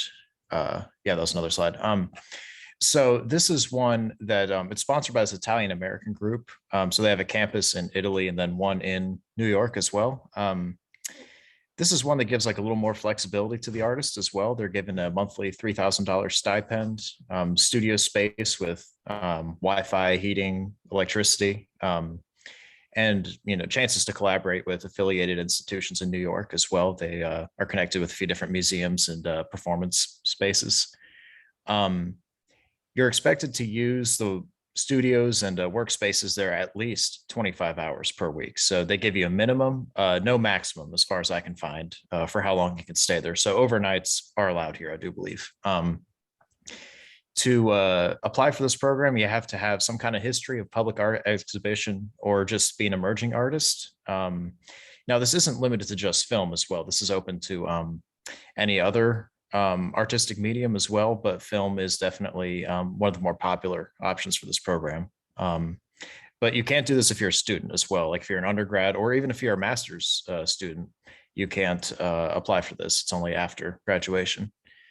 And while you're doing this program, you get information from past participants in the program, as well as industry professionals that are, again, with those institutions in New York. And if you want more information, you can go to that page there. They have like a Q&A or an FAQ section that kind of gives you more information, or you can email residencies@amont.org to get more information about applications and kind of what that whole process looks like. I believe, much like the last program, the applications have closed because usually this is a 3-month program that begins in January, but there's always a shot for next year. And so right here at the end, we'll just kind of talk about why residencies are relevant. They weren't really something, honestly, that like I gave too much thought to before this program, but there does definitely seem to be like a relevance to you if you're more interested in kind of perfecting your craft as an individual. If you're more, I guess, like, I wouldn't say individually minded because, film is a collaborative effort, but if you want a chance to kind of work by yourself or like in a small group of collaborators, residencies are definitely a great idea because you get a chance to kind of work with other like-minded people, and it provides you a network after you're finished with the program as well to kind of reach out once you're finished. You're also given a lot of access to equipment that you may not otherwise have if you're just working, kind of more as like an entry-level job. In residencies, you get studio space, you get access to, different filming equipment and, networks as well. It all goes back to networking. And there are also, if you want to look for any specific residencies, you can find those at artistcommunities.org. And that'll provide you a list of residencies you can find all across the country. And I believe this is an international link as well. And I believe that is our presentation. That's interesting. Ridge, do you know how many, for instance, at the Amont artists residency, how many of those do they take per year at one time? It's a very limited amount. And this residency itself is actually fairly new. I believe it started in 2018, if I remember right. So it's pretty young. If memory serves me right, I believe it's about 10 per year. I'd say it is, it's very limited. But they do have different tracks as well for they have different slots and availabilities for what area specifically you'll be doing in your residency, I believe, as well. Yeah, I think that's kind of where I was going with that. So like they might take a dozen people with residencies that all have a 3-month period of time to get their work done. And so then they can do that 4 times a year, right? If they wanted to. So 4 times 12. So they might be taking as many as 50 residencies a year. That sounds like pretty good odds. I don't know. What do you think the submission rates are for places like this? I'd imagine it's probably pretty good. And Now, I mean, it could be complicated because I know with this and with others as well, there's always the chance to get your residency extended as well. Oh, there is. So, But you can yes, go beyond the 3 months. with this one, I believe you can, yes. And that I think would, it might make it more difficult to apply as well because, you're having to compete with people who have already been here. But, it definitely speaks to the volume of applicants that they can carry. So, it seems like, if nothing else, it'd just be something great to, shoot your shot.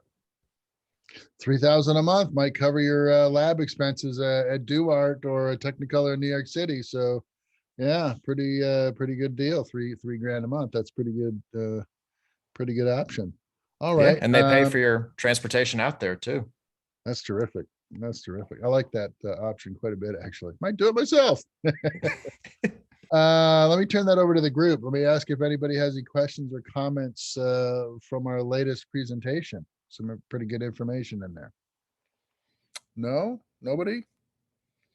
All right. Well, thanks, folks. I appreciate it. Hope you feel better, Nabel. And thanks you guys for a good presentation. I appreciate it. All righty. So I got Vanessa is asking to be up next. Are you ready, V? Yes, sir. Who's in your group? So there's in total there's 3 of us. Mhm. It's, I don't know if I'm pronouncing her name right, Brianna Smith. And then the other girl is Karen Heffernan. Oh, okay. She said that she emailed you that she wasn't going to be able to come in because of work conflicts. So it's just going to be me and Miss Smith today. But I don't know if she's like still on here or not. Uh-oh, she can't have gone before her own presentation. I'm here. Boo. Okay, I'm like, no one's responding to me. So Were you on mute? You were on mute. What's your topic, ladies? Can you hear Indie me? film funding. Indie film Indie funding. film funding. Yes, indie film funding. Very interesting. Excellent. I'm looking forward to this one as well. So do you have a slide presentation that's ready to go? We do. And Brianna, are you going to present that? Let me see how I can do this. What I do you have got? I have it as well. We were gonna do like her and I half and half, but I can bring up the PowerPoint or You can still do that. Just if one of you controls the the slide presentation, the advanced start and stop, then I can give one of you a co-host function. What, Brianna, which one do you want to do? Could you do that? Because I'm not good. Yeah. So so can I have the co-host thing so I can share my screen? You can make co-host now. There you go. Okay. So all I have to do is just share my screen. That's the easiest way, or you can share the app that your presentation is contained in if you've done something other than, Can you There you can go. you see my screen? I'm looking at myself right now. Can you see it? Can you see There it now? you are, indie film funding. Of course, I also have, there we go. Indie film funding. We got you. Okay. So hello. We did indie film funding, Branda, me, and Kieran. So first we're gonna start off with crowdfunding. So what is crowdfunding? I'm sure we've all heard of it, being students and trying to get some money to put on our short films or feature films. But basically crowdfunding, it's a method, and basically you have to get funding and you have to pitch your film, usually on a website, or you could post it to like social media like Facebook, Instagram, and you have a wide audience, and you basically hope that a lot of people donate money for your production. As I said, you can post it anywhere usually, but the target is, you want to reach a ton of people. When should you do crowdfunding? So you should do any type of funding really before your production, so you actually have money to put on for your production. Typically it lasts about a month or two, or depending on how much funds that you need, you could start many months ahead. Me personally, if I was working on a bigger project, I would start it maybe 4 or 5 months ahead, depending on how much money I would need, where and how to do crowdfunding. Like I said, you can post it on social media. I have seen some people say, hey, can start a GoFundMe, which, you know, you see it over here. Kickstarter is also another good one to do crowdfunding, and Seed and Spark and Slated Seed and Spark. So that's one that I feel like a lot of UCF students should be familiar with, because you can also do patrons. I think that that's what they're called. So basically, if somebody donates a particular amount of money to your project, you can give them something in return. Of course, you don't have to, but there's been projects where we've used Seed and Spark to do some crowdfunding, and we're like, okay, if you donate $100 or $200, you can basically give them something back, so that way they don't just quote unquote like feel like they're not donating to anything. Okay, next one is a grant. What's a grant? A grant, it gives more freedom to filmmakers, and it's a type of funding that's basically like a reward, and you don't have to pay anything back. There's several types of film grants, and you know, for different topics, genres.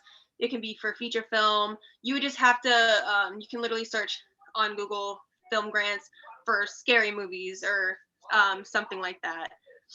And then when, so grants are given out by many organizations, and they can occur annually or at any time. You would just need to search, and you need to secure a grant before the production, which is very, very important, because you want to get any type, whether you're doing a grant or crowdfunding, you need to get the money before you put on your production, so you have enough money to get the gear, the location, to pay your cast and crew. But of course, we're students, so probably paying in pizza or something. Where? So there are several different organizations that can give out grants. School can give out grants, different studios, and yes, there are some government run what's the word, like government run projects that can give out grants. How? So when applying for a grant, you have to give a treatment or proof. If you made like a trailer, that would be perfect, but in order to, it's kind of like applying for like a scholarship almost, and they like ask for like a grade or a cover letter. For a film grant, you do need to say, hey, this is what we have in mind. It's like pitching, basically. And then I think this one is Brianna. All right, so the next thing on the slide is the pre-sale / distribution agreement. A pre-sale distribution agreement is a type of deal in which filmmakers can seek a deal in contact with distributors. When these type of agreements, you should seek out before production, as they normally fund the whole film. Where is a pre-sale distribution agreement? It should be negotiated with the distribution company. And how is, when you're searching for the agreement, it is important to have some proof of the concept and treatment.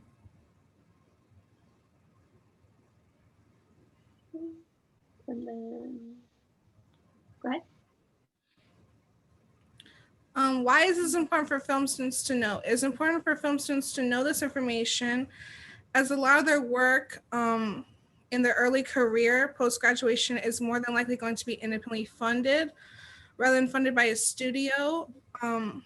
Also, knowing the first steps of how to fund your film can give you hope that your film can be funded in the future. And lastly, students have stories worth telling, and knowing the steps on how to get the funding so you could tell your story is very important. Yes. So overall, wait, just kidding, one more. Go ahead. What can be learned from this research? With this research, filmmakers will be able to judge which of these 3 options is best for them.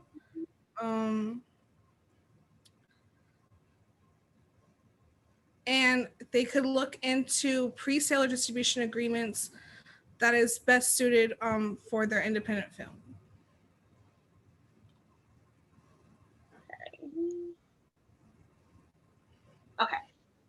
let me go back.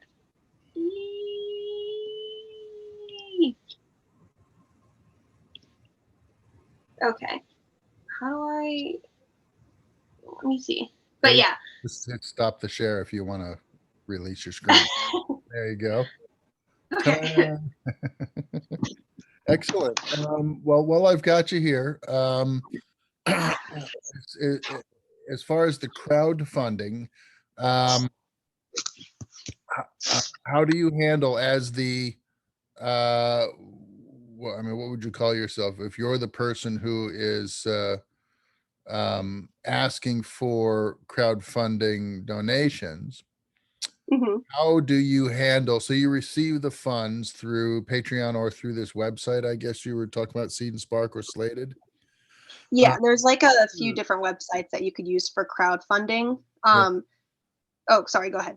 What are your tax implications for a crowdfunding budget for your film? The tax implications.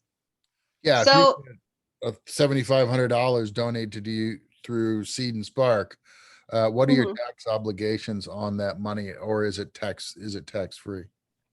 So it depends actually on the website.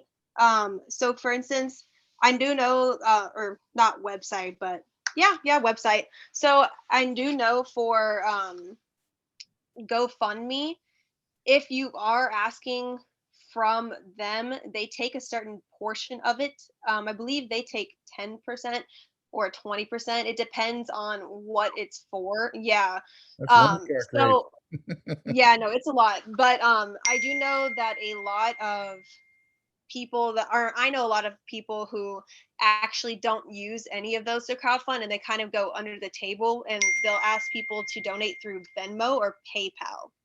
And they save it like that. That way you don't have to give any sort of percentage. Now with Seed and Spark, they're an okay one. You can put, you obviously a lot of people have used Seed and Spark before. With them though, particularly, they're a little bit more kind of a pain, at least from personal experience. When I was working on a film and asking for donations, you have to get certain approval before using Seed and Spark, and then you do have to pay, I believe, about 10% of your, like, you have to give a small fee to use them as well. So a lot of people I know, they kind of do it under the table. But if you want to do it like, legally, yeah, you can use those websites. I think you're describing commissions when you're using a website, like Seed and Spark or Slated. And I guess that kind of makes sense. I mean, they are the venue, they are the the vehicle through which you can solicit your idea and receive donations. I guess the tax implications I'm thinking of in terms of income tax might fall under the auspices of the gift consideration for additional income, and which is not taxable under federal guidelines under certain amounts. Yeah, I so was curious about that. yeah, so GoFundMe with them, like I said, it depends on, I believe, like the amount, but most of it's not supposed to be taxed as income. But it depends on if you hit over a certain amount or if they think it's too much. And it's like the same as well. I know, like with Venmo and PayPal, if somebody gives you money that's over, I believe, $600 or $800, or even more than that, now they're going to start reporting it to the IRS, so you have to tax that. So it depends on which amount that they see. So if your donations are like getting really good, and say you meet your quota of like $18,000, then they would have to use that, unfortunately, to tax. But if it's under a certain quota, then you won't be taxed for, or you shouldn't be taxed for it. And yeah, oh yeah, and the Keith said that's when you file your taxes. And I don't know if you have to file a 1099, because yeah, about 600. So that's if you're over that much money. But also for crowdfunding, you could use GoFundMe mixed with other websites as well, so it doesn't get taxed. But that's like legal stuff. That'll be like legal stuff. So you wouldn't, I don't think, want to not get away with not being taxed. But yeah, if it's under a certain amount, then you shouldn't be taxed. It's not necessarily illegal. What you have to do is check with your tax preparer, because the IRS guidelines change virtually every year. And so if you have a tax professional that you work with, and as a filmmaker, if you don't have one, it's a good idea that you get to know one sooner than later, because you'll need that individual. Yes, if you work for employers who provide you with additional income outside of your day job, for instance, you have earnings exemption up to $600. For every dollar over 600, you have to report it as additional income on your personal 1040 return at the end of the year. Gift monies, however, have different tax implications. And so you should check with your tax preparer to find out year by year what the tax implications for gift money is, and then report that as such. The other fees you're talking about are like commissions to Slated, for instance, for brokering your pitch to their subscribers, right? So that's a fee you pay for the service of accessing their client base, right? So that, which is different than income tax implications. So, but these are really great ideas. I'm glad that you're looking at stuff like this, because it can help you. It can help you, maybe perhaps fund your low budget student projects or your MFA films, things of that nature. So I think that's a terrific idea. Grants is an interesting issue to tackle. Most of the time, unless you know how to prepare a grant, they can be very tricky questionnaires and document collections that you have to provide in order to be considered. But grants, if you get grants from the federal government, for instance, they usually come without any tax implications, which is nice. I want to, at this point in time, turn it over to the group and ask you folks who remain with us if you have any questions for Vanessa and Brianna about funding and crowdsourcing. Nothing, even from George and Sean? Everyone's on mute today. Okay. Well, very good. Thank you very much. And I appreciate you tackling a topic that was a little bit off the beaten path. It's good to get some of that new information. For instance, Seed and Spark is new information for me, so I appreciate that. Do we have anybody else who needs to present today? I do, but my classmate says that she'll be arriving like at 5, and so she wants to participate, but that's the time she says she's going to be arriving at. Okay, how about anyone before that? We got about 15 minutes where we could hear another presentation. Sean, have you presented already or no? Yeah, I already presented the I think it was the localized film festivals last week. That's I was with Colin. Okay. Is there any other group present or representative present who needs to present at this time, or are we waiting for George's partner? All right. Well, since we have a little bit of a delay in the program, here's what I will offer to the group at this point. George, you can either present now and we can just pick up Q&A with who's your partner? My partners are Sabrina. She's the one that said she'll be there at 5. Chase and Matthew. I think you're the only one present from that group, unfortunately. Yes. So do you have the ability to present now for the benefit of the remaining audience, or are we going to wait? I could present right now. Why don't we forge ahead then, so that we have the benefit of the folks that are remaining and we don't have to hold them up for 15 minutes while we wait on your partner. So if you have your slides, I can make you the co-host. Is that cool? Yes, that's cool. All righty. You should be good to go to share your screen. Oh, what's your topic? I'm sorry. Regional film festivals. All righty.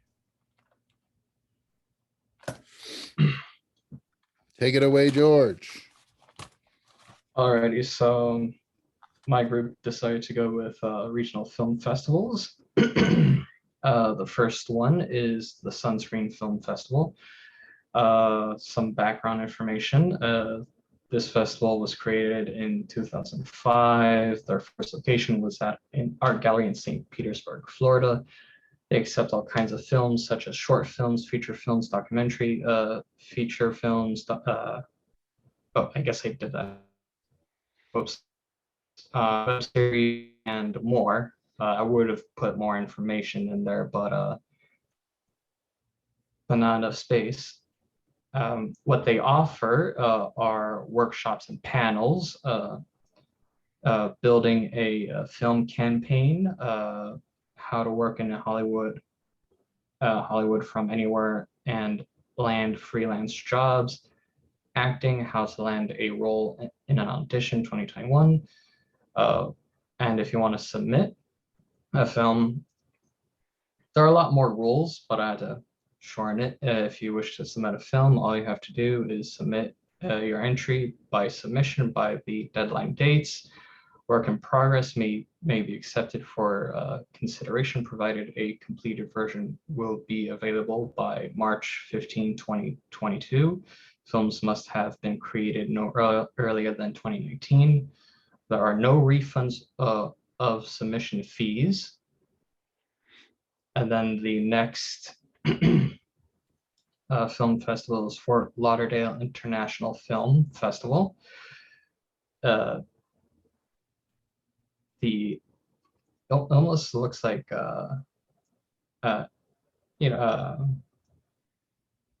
Fliff. Yeah, I was like, Fliff is a large festival with screenings in Fort Lauderdale, Sunrise, Hollywood, St. Augustine, and Bahamas. 36th annual festivals is coming up in November from the 4th to the 21st. Over 200 films are being shown this year, from indie films and international films to student-made shorts. Easy to enter. Even as a student, you simply have to submit a MP4 of your film, as well as a link to a trailer of the movie on YouTube.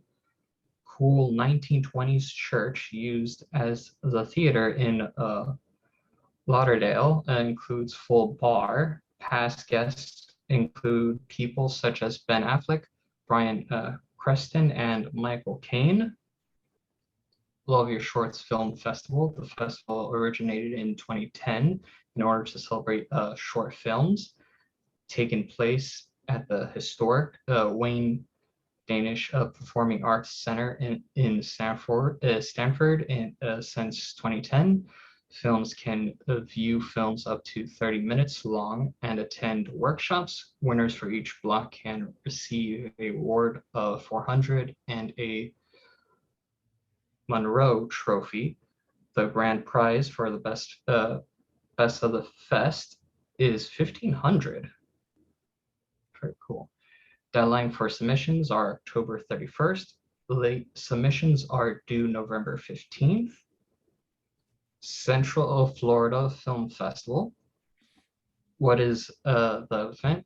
An independent film festival showcasing films from Florida and the United States and beyond, ranging from all kinds of genres. This film festival is meant to screen the best from a large number of submissions.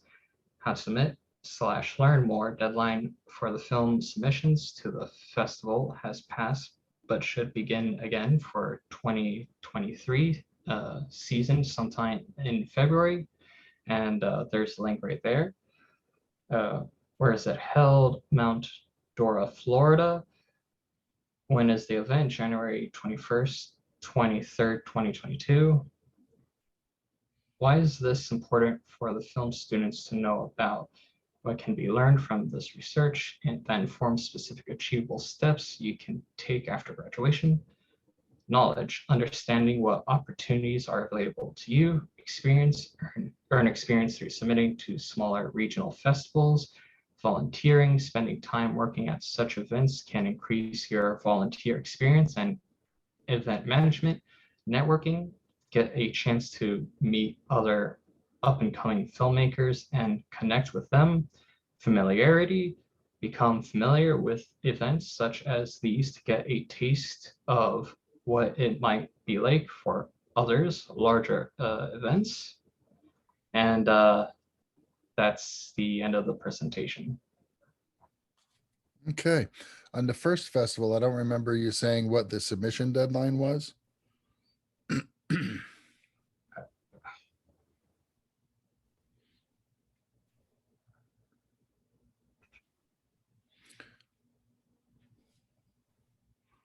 I know it said it'll take works in progress. It'd have to be finished by March 15th. So is that the outlying deadline then, the final deadline for submission? I don't think so. That might be some of the information I had to cut to actually make everything fit onto here. Wait a minute, you cut out critical information so it would fit on the slide? I was told to make it into one panel, and I was like, all right. What about the submission fees? Are there fees for this festival? No, there are no.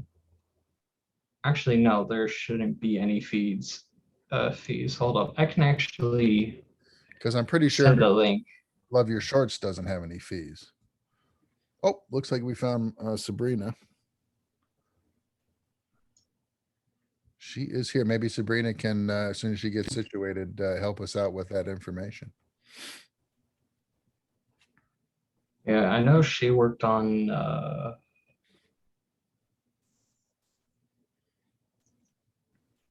are we presenting right now? We are. We started without. I mean, we're naughty. I was messaging in the group chat asking where everybody was, but nobody was answering me, so I thought we were going at 5. Oh, yeah. Well, we still have the benefit of some remaining audience here, so we wanted to give them the opportunity to Q&A you guys. Jorge stepped up, but we do have a question now about Sunscreen Festival. If you have the answers to that, submission fees and the ultimate final submission deadline. Sunscreen Festival, I believe, was Chase. So if no, that one was actually mine. I just had to shorten up the, I can look up the notes right now. All right. Yeah.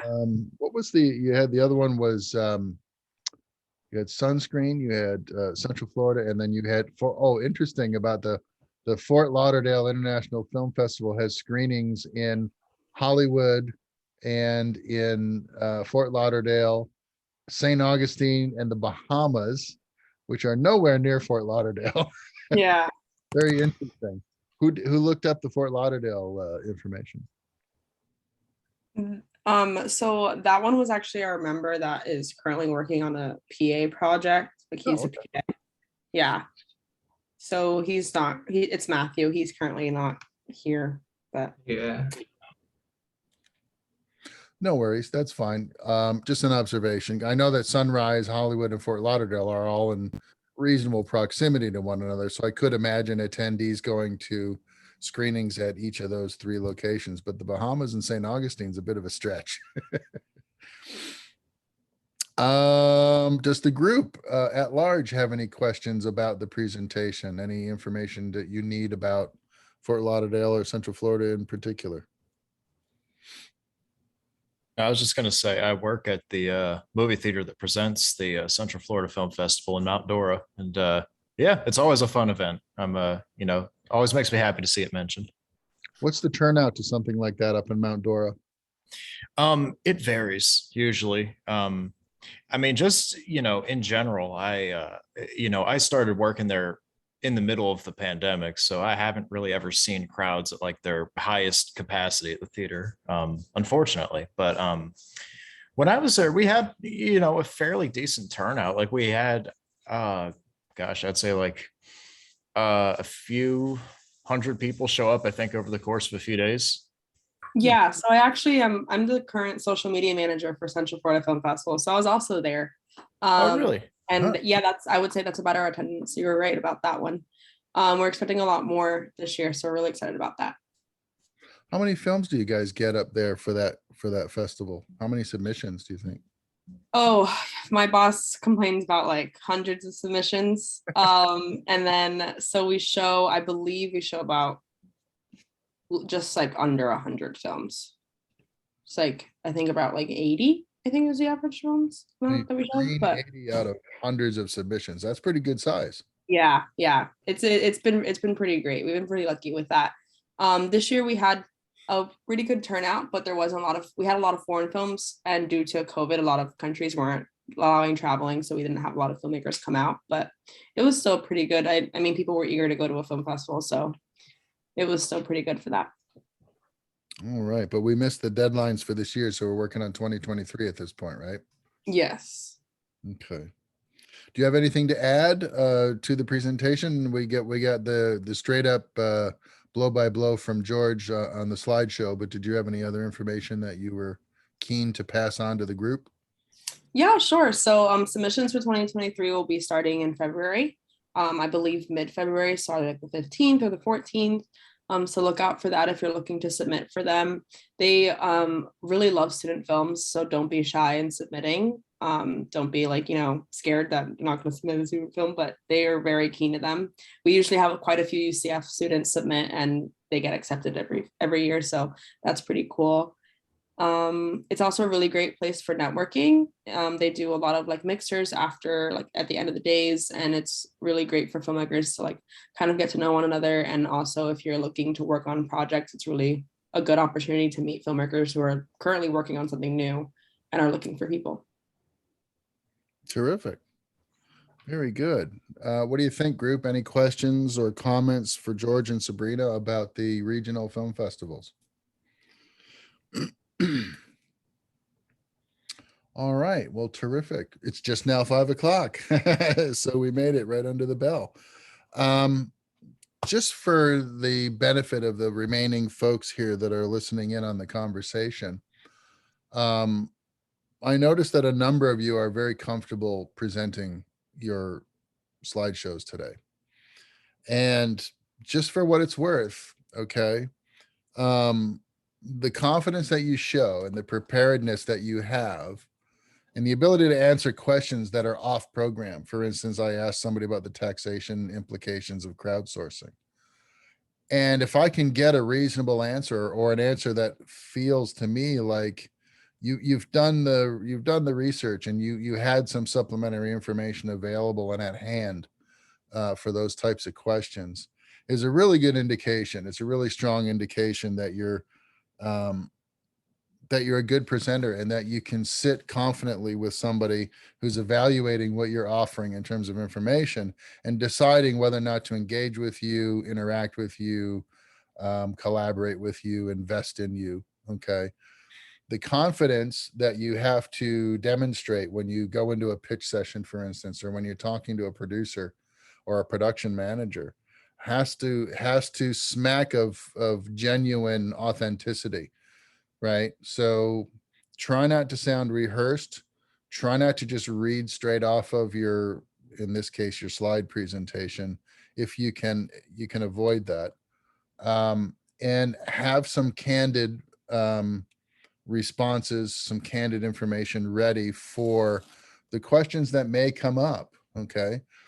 The group wasn't real active in the questions in the Q&A this afternoon.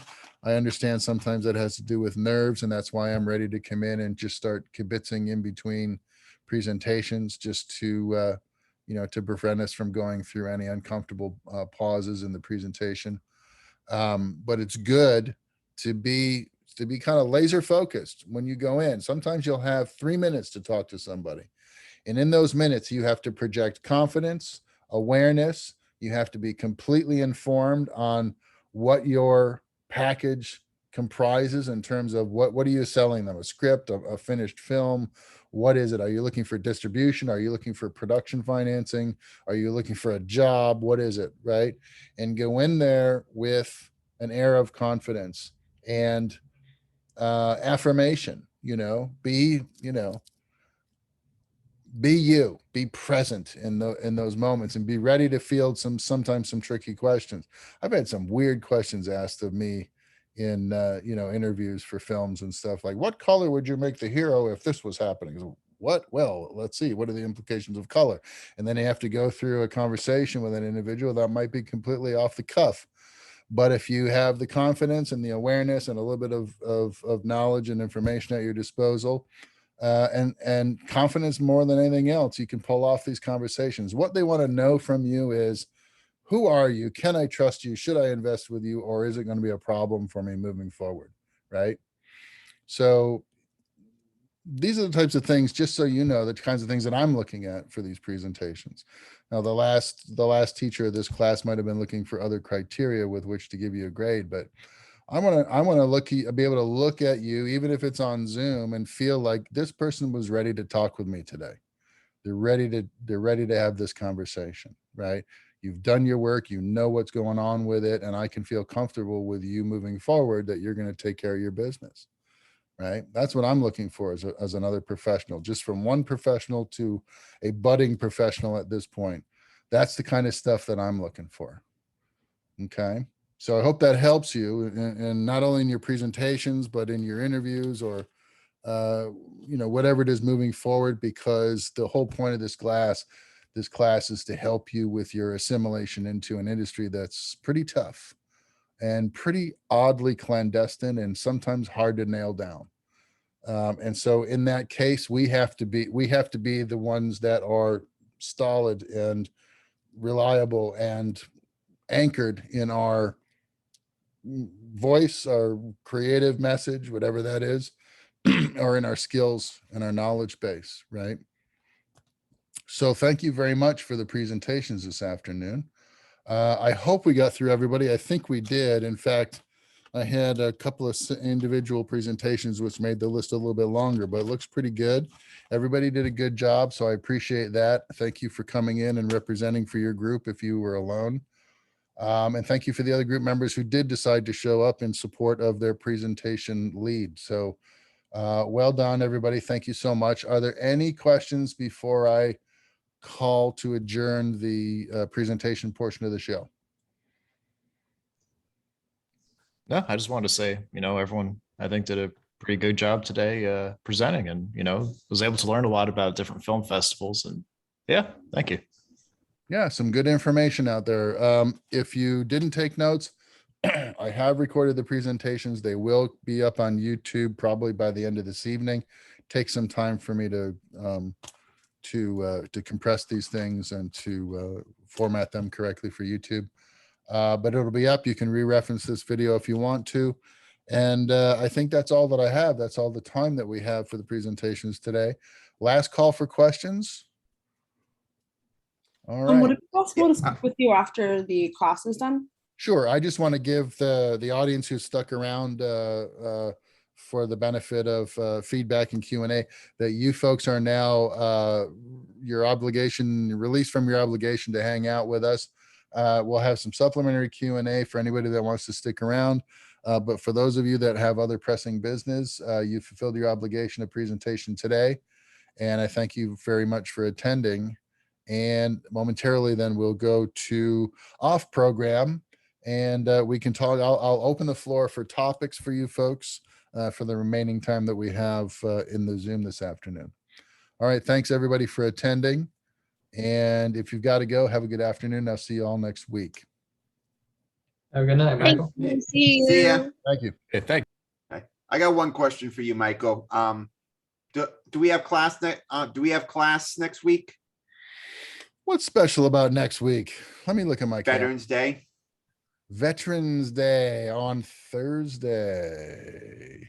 Oh yeah, it is. If it is not a university sanctioned holiday or a federal holiday, then we will have class.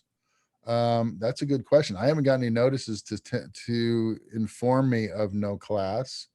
I haven't been told I have no class. But I can look into that for you. I'm pretty sure we do, though. I haven't heard differently. In the event that I have to cancel class because of a pesky federal holiday, I'll send you guys out an announcement and let you know that for sure. But I was talking with somebody today from Paramount who was willing to talk to you guys next week. He is a writer and a producer, currently working on a couple of different projects. He has offices at Paramount. And we even tossed around the idea of pitching one of my ideas for a 30-minute broadcast comedy series. So who knows? Maybe yours truly will retire from education and go back to the studio as a writer. Oh, you deserve it, my man. Wouldn't that turn everybody on their ear?